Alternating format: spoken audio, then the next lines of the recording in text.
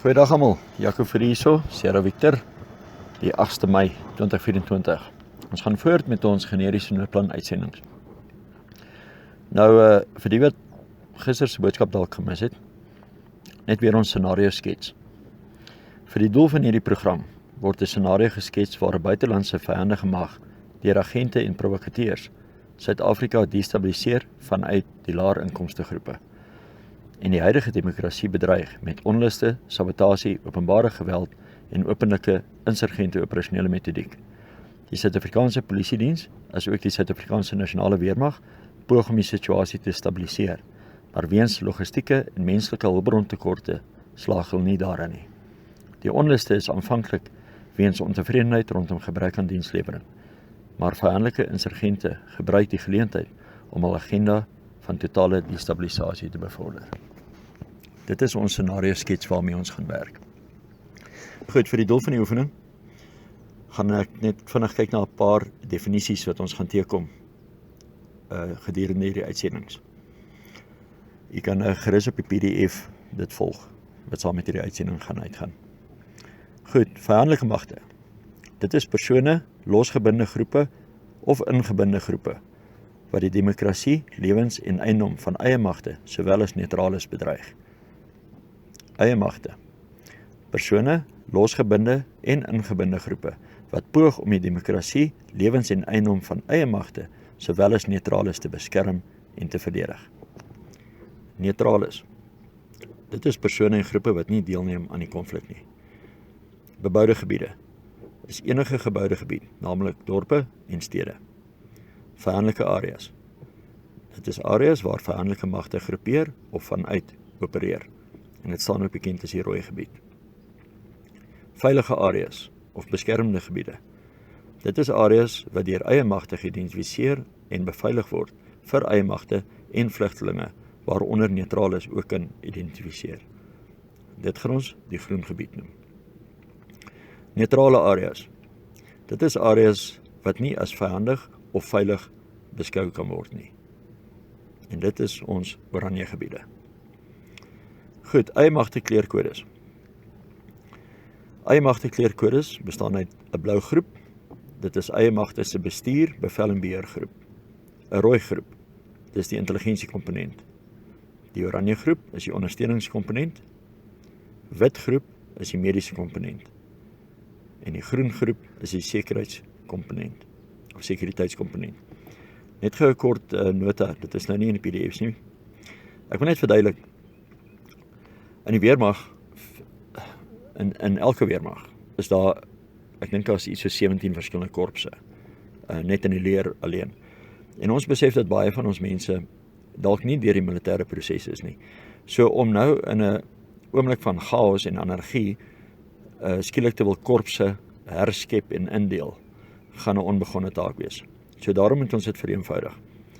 En ons het net hierdie 5 groepe. Ons sal in 'n later hoofstuk sal ons nou verduidelik wat is die funksie en die doel en die samestelling van elk van hierdie groepe. Goed, veilige area merkers. Alpha basis is jou hoofbestuursentrum.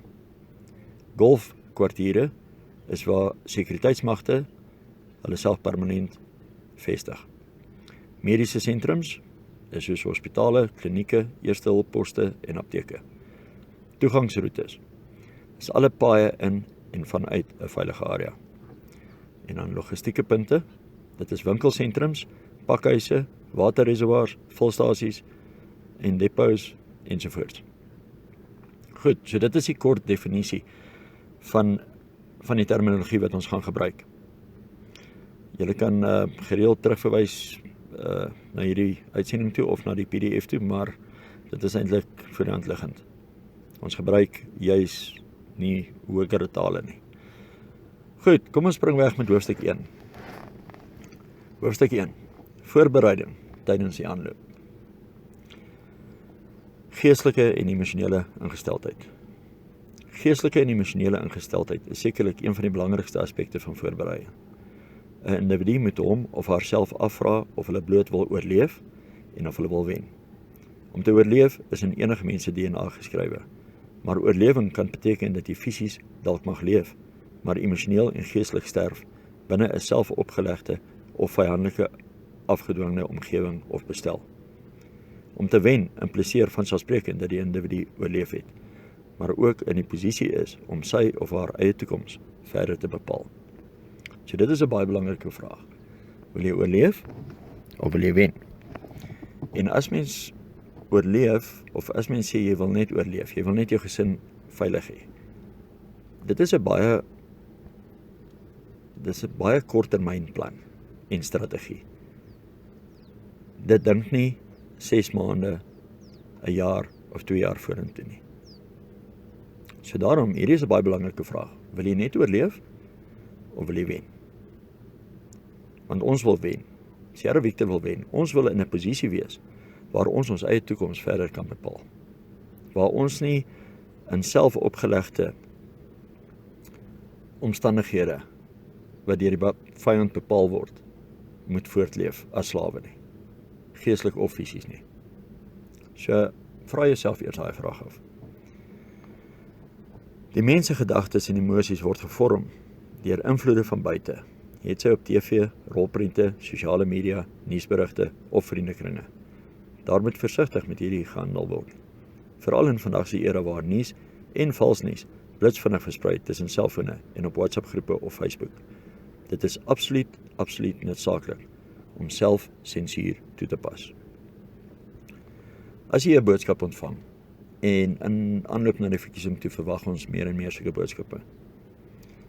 Hierdie stemboodskappe wat gereeld op ons WhatsApp groepe deurkom en gesirkuleer word op videoetjies of selfs YouTube video's.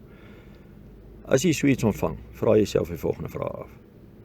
Is die persoon wat hierdie boodskap uitgestuur het, iemand wat in die verlede hom of haarself al bewys het as 'n geloofwaardige bron van inligting?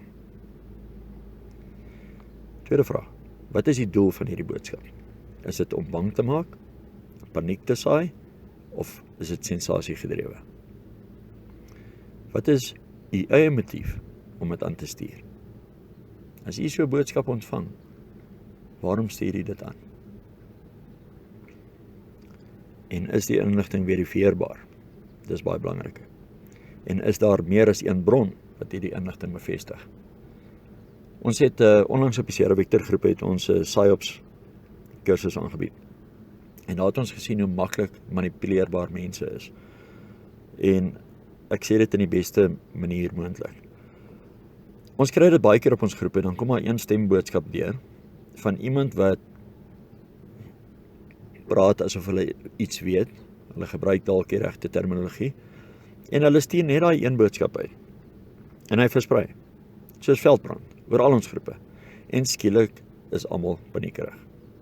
Ek onthou ek dink dit was verlede jaar, toe sou die Reservebank geval het, of toegemaak het, of daar was so 'n storie gewees. Niemand kon dit verifieer nie, het was net hierdie een stemboodskap, en tog het almal op al die groepe waarop ons is, dit begin bespreek asof dit 'n werklike moontlikheid is. En dit was nie, dit het nie gebeur nie. Ek kan nie eens die datum onthou nie, ek dink dit was ergens in September verlede jaar. So, julle moet selfsensuur begin toepas. Anderste kan die vyand jou manipuleer. Dit is so maklik om 'n SIM-kaart te kry en 'n boodskap op 'n paar groepe te los en dan 'n PsyOps so te dryf. So maak eers seker, as jy 'n ding hoor, dan vra jouself hierdie vraag af. Is dit van 'n persoon wat in die verlede hom of haarself al bewys het as 'n geloofwaardige bron van inligting?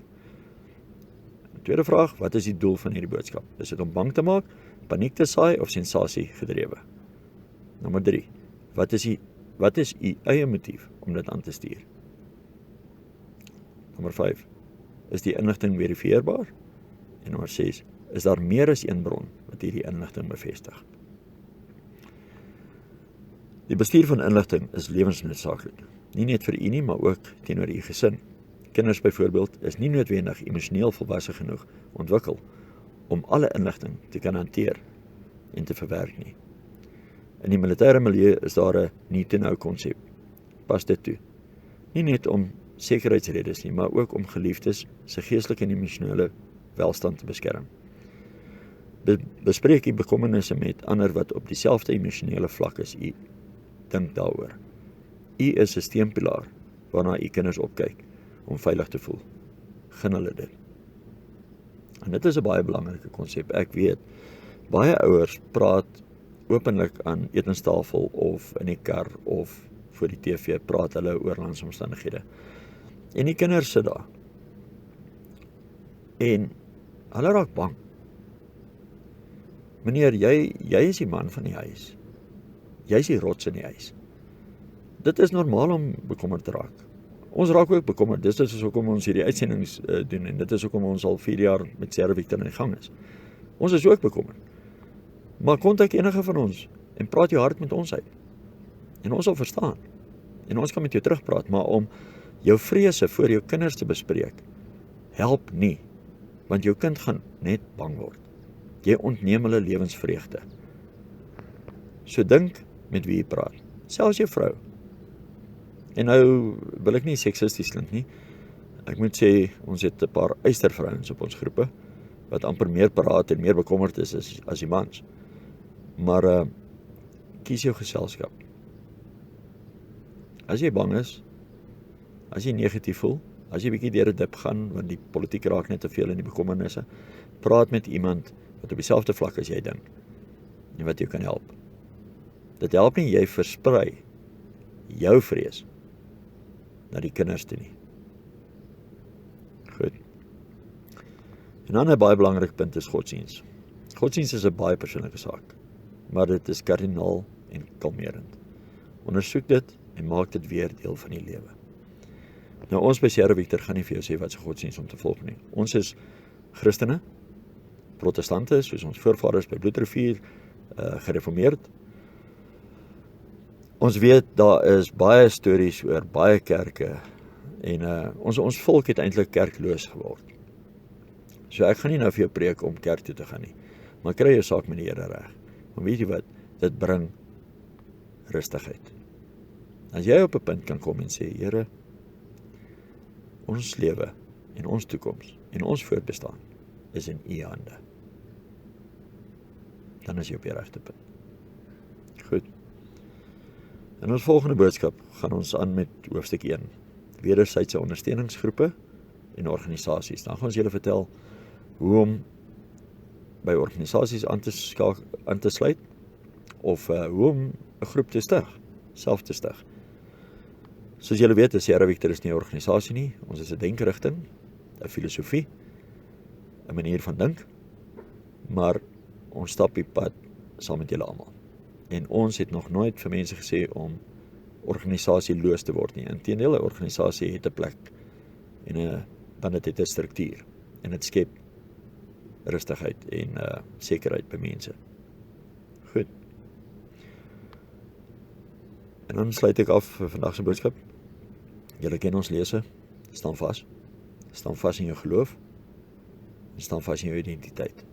Onthou wie God is en onthou wie jy is. En mag alle eer na God gaan, vandag, eendag en tot in ewigheid. Staan vas, Sierra Victor.